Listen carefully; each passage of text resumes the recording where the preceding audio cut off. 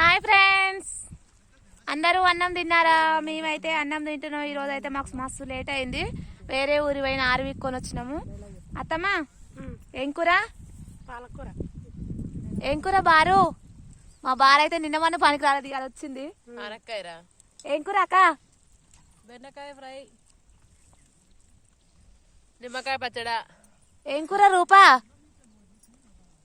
ఉసిరికల పచ్చడా. ఏం కూర ప్రేమ?